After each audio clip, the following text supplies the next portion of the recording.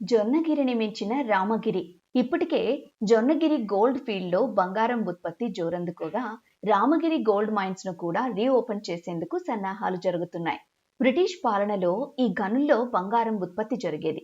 స్వాతంత్ర్యం వచ్చాక కొన్నేళ్ల పాటు రామగిరి గనులు మూతపడ్డాయి. మళ్లీ 1973లో ప్రారంభమై 2001లో గోల్డ్ ప్రొడక్షన్ ఆగిపోయింది. అసలు రామగిరి గోల్డ్ మైన్స్ ఎప్పుడు ప్రారంభమైంది? 2 దశాబ్దాలుగా బంగారం ఉత్పత్తి ఎందుకు ఆగిపోయింది? రామగిరిలో ఎంత గోల్డ్ నిల్వలున్నాయి? అనే వివరాలు ఇప్పుడు చూద్దాం. రామగిరి బంగారు గనులు ఎందుకు మూతపడ్డాయి? సార్, ఇక్కడ రామగిరి గోల్డ్ మైన్స్ వచ్చేసి 1973లో ఓపెన్ అయింది. Kolar gold field head office. అక్కడ కేవీ సుబ్రహ్మణ్యం ఒక డైరెక్టర్ ఉండే. అతనికి ఎట్ట తెలిసిందో చూసుకున్నాడు. ఇక్కడ వచ్చి ఇది రామగిరిలో బంగారు బాగుంది, ఇక్కడ ఓపెన్ చేయాలనే పద్ధతిలో ఆయన ఇక్కడ వచ్చి ఇన్వెస్టిగేషన్ చేసుకొని ఇక్కడ ప్రాజెక్ట్ని ఓపెన్ చేసినాడు. ఎప్పుడు 15/3/1973లో. అప్పటి నుంచి ఒక 60 మంది కార్మికులను పెట్టుకొని పని చేసినారనమాట. మళ్ళీ ఇది వచ్చిన తర్వాత మేము 3-4 గంటలకు మళ్ళీ మేము చేరుకున్నాం. 1970లో మేము ఇక్కడ చేరుకున్న పనిలోకి. అప్పుడు డైలీ వేజెస్ అని పీడబ్ల్యూ రేట్ ఇస్తారనమాట. 4 కేజీ గోల్డ్ వచ్చేదనమాట. అది లాభసాటిగా జరిగిపోతాయండి. క్రమేణా డిఏలు పెరిగి అవి పెరిగిపోయి, మెటీరియల్స్ కాస్ట్ పెరిగి అవి పెరిగి లాస్ట్కి 2001లో ఈ మైన్స్ మూతేసినారనమాట. ఎందుకు మూతేసినారంటే కాంగ్రెస్ ప్రభుత్వం పివి నరసింహారావు ఉండే సిక్ ఇండస్ట్రీలన్నీ కాయలా పడిన పరిశ్రమలన్నీ ఏరవేయండి అని లిస్ట్ తీసుకురండి అని చెప్పేసి. అప్పుడు ప్రధానమంత్రి మేరకు క్యాబినెట్ ఏం చేసింది, రద్దుపరిచారు మైన్స్లన్నీ. అప్పుడు కోలారు, ఇది బిసైనాథము, చిగురుకుంట అని అన్నీ మూతేసిన తర్వాత అప్పుడు మూతేసినప్పుడు 4000 మంది ఉండే ఎంప్లాయీస్, అంతే ఎంప్లాయీస్ కూడా కలిసి 4000 మంది ఉన్నామన్నమాట. బంగారు కొనుక్కుంటే 4500కి బంగారు వచ్చేది మార్కెట్లో, ధర్మవరం కానీ అనుకో టౌన్లో. ఈ ఉత్పత్తి చేసిన బంగారు ఉత్పత్తి చేసేదానికి ఖర్చు అంటే ఎంత వస్తుందప్ప అంటే 18,500 రూపాయలు ఖర్చు వస్తుంది. ఒక తులం బంగారం బయట తీసేదానికి 18,500 రూపాయలు ఖర్చు. మనం మార్కెట్ తీసుకుంటే 4,500 దొరుకుతుంది కదా. ఆ రకంగా మైన్స్ మూతేసేది. జొన్నగిరి కంటే రామగిరిలోనే ఎక్కువ బంగారం ఉందా? కష్టపడినారు. ఇప్పుడు కూడా ఇదంతా పెద్ద ఘాతం లేదు. 500 అడుగులు, 700 అడుగులు, 800 అడుగులే ఉండేది. ఇక్కడ కూడా కష్టపడి పని చేస్తే ఈ రోజు కూడా లాభదాయకంలో నడిచేస్తుంది.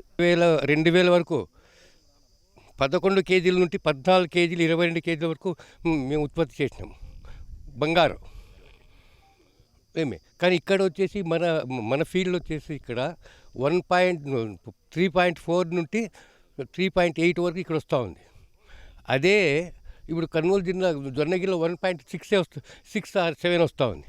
కానీ దీన్ని పునరుద్ధరణ చేయమని చెప్పేసి మేము గవర్నమెంట్ మేము కోరుకుంటున్నాము. 2001లో మూతపడ్డ రామగిరి గోల్డ్ మైన్స్లో ఇంకా ఎంత మట్టి ఉంది? ఇప్పటికి కూడా వదిలేసిన మట్టిలో బంగారం ఉందా? మట్టి ఇక్కడ తీసుకొని పోయి మేము ఏదో ట్రాక్టర్లో కూడా తీసుకొని పోయినాం. మట్టి తీసుకుపోయి మాకు కూలి తగ్గట్టు కంటే బాగానే వచ్చింది సార్, బాగా సంపాదించుకున్నాము. నెలకు వచ్చేసి 50-60 వేలు, లక్ష రూపాయలు కూడా తీసుకున్నాం మేము ఫస్ట్లో. ఇప్పుడైతే ఇంక రాంగ్ మట్టి అయిపోయింది. ఇప్పుడు ఏం లేదు ప్రజెంట్ మట్టి అయితే. పర్లేదు, దానివల్ల అయితే మేము ఆ మట్టి వల్ల బంగారు సంపాదించుకొని బాగుపడినాం మేమైతే. మట్టి ఎత్తుకొని పోయి మేము ఇటు నుంచి కుళాయి మాదిరి ట్యాప్ పెట్టుకొని వాటర్ వదులుతూ ఆ మట్టి అనేది కడుగుతూ ఉంటాం అన్నమాట. ఆ మట్టి పెద్ద రాయి అంతా పక్కనకి పారేస్తూ ఉంటాము. చిన్నది మట్టి పోతూ ఉంటుంది కదా, ఆ చిన్న రవ్వులు అనేది ఆ రగ్గులు బెడ్షీట్లు పడిచింటాం. ఆ బెడ్షీట్ల మీద పడిండేది మేము పెద్ద టబ్బుల్లో నీళ్ళు పట్టుకొని దాన్ని మామూలుగా ఇదిలించుకొని మళ్ళీ దాన్ని ఒక ప్రాసెస్ మాదిరి కడగాలి సార్. నీట్గా కడిగి నల్ల పొంకు వస్తుంది. ఆ పొంకు వచ్చిండే దాంట్లో మళ్ళీ పొంకు తీసి పక్కన పెట్టి మళ్ళీ దాన్ని బంగారం వేరు చేయాలి. పొంకు నుంచి బంగారు వేరు చేసి లైట్గా మట్టి కూడా ఉంటుంది దాంట్లో మిక్సింగ్, పొంకును బంగారు ఉంటుంది. మళ్ళీ మెర్క్యూరీ పాదరసం వేసి మేము దాన్ని డివైడ్ చేస్తాం సార్. హీట్ చేసి మేము మాకు దగ్గరలో ధర్మవరం ఉంది, అక్కడ పోయి అమ్ముకొచ్చుకుంటాం సార్. ఒక 1 మంత్లో వచ్చేసి మేము 2 గ్రాములు 3 గ్రాములు కూడా 45,000 50,000 కూడా సంపాదించినాము. ఇప్పుడైతే ప్రజెంట్ 1 గ్రాము 2 గ్రాములు అట్లా వస్తుంది. ఇప్పటికీ రామగిరిలో రోజుకు ఎంత బంగారం దొరుకుతుంది?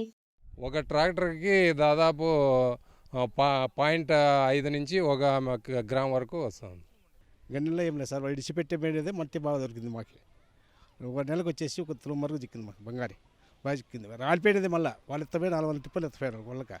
అట్లా 400 కుటుంబాలు బాగా పడినాయి. బంగారం బ్రహ్మాండం ఉంది. ఇక్కడైతే లేదనే లేదు, బాగుంది. వచ్చేసి మేము సంచులతో ఎత్తిపోతాడు. ఫస్ట్ సంచులు ఎత్తిపోయి 4 సంచులు ఎత్తిపోతే దాన్ని భోగిని వేసి కడుక్కోవడము, అది గడుపుకుంటే బౌల్లో వేసి అల్లించుకుంటే గ్రాము 1/2 గ్రాము అట్లా వస్తుంది రోజుకి. అట్లా ఫస్ట్ ఎత్తపోయినాడు, మళ్ళీ ఇప్పుడు సెకండ్ ఎత్తపోయినాడు లేదు, ఇప్పుడు అంతగా తగ్గిపోయింది. ఇప్పుడు ఫస్ట్ మట్టిలో బ్రహ్మాండం వాళ్ళు ఎత్తపోయినాడు 400 ట్రిప్పులు ఎత్తపోయారు అప్పటికి. టన్ను మట్టిలో ఎంత బంగారం ఉంటుంది? అందుకనే మొన్న కర్నూలులో జొన్నగిరి గోల్డ్ మైన్ కూడా ఆపరేషన్ స్టార్ట్ చేయడం జరిగింది. అక్కడ రోజుకి 1 కేజీ గోల్డ్ తీస్తూ ఉన్నారు. అది ఇంకా పెరగడానికి అవకాశం కూడా ఉంది. అక్కడ యావరేజ్ చూసుకుంటే పర్ టన్ 1 గ్రామ్ వస్తుంది. కానీ ఇక్కడ పెద్దలు చెప్పినటువంటి దాని ప్రకారం చూస్తే దగ్గర దగ్గర 4 గ్రామ్స్ వరకు రావచ్చు అంటున్నారు. టన్ను క్రష్ చేస్తే ఒక 4 గ్రామ్స్ వరకు గోల్డ్ రావచ్చు. అంటే ఇది చాలా వైబుల్ ఉంటుంది. 1 గ్రామ్ వస్తేనే వైబుల్ ఉంటుంది. 4 గ్రామ్స్ అంటే ఇంకా ఎక్కువగా దీని మీద మనకి ఆదాయం వచ్చేదానికి అవకాశం వస్తుంది. ప్రభుత్వానికి కూడా రాయల్టీ రూపేణా కానీ, ఎన్మిట్ కానీ, అలాగే మెరిట్ కానీ, ఇలా వివిధ రూపాల్లో ప్రభుత్వానికి కూడా ఆదాయం వస్తమే కాకుండా ఇక్కడ ఎంప్లాయ్మెంట్ కూడా చాలామందికి వచ్చేదానికి అవకాశం వస్తుంది. ఈ ప్రాంతంలో పూర్తిగా ఈ ప్రాంత స్వరూపమే మారుతుంది. డెఫినెట్గా ఇక్కడ అనుబంధ పరిశ్రమలు కానీ అన్నీ రావడానికి కూడా ఎక్కువ అవకాశాలు ఉంటాయి. దానికి తగిన విధంగా ఈరోజు మరి చిగురుగుంట కూడా ఒకటి ఐడెంటిఫై చేసాం. చిత్తూరు జిల్లాలో చిగురుగుంట, మరి రామగిరి, మొత్తం ఒక 3 ప్రాంతాలని 3 బ్లాక్స్ కింద డివైడ్ చేసి త్వరలోనే ఆక్షన్ పిలవడానికి అన్నీ కూడా ఏర్పాటు చేసుకోవడం జరిగింది.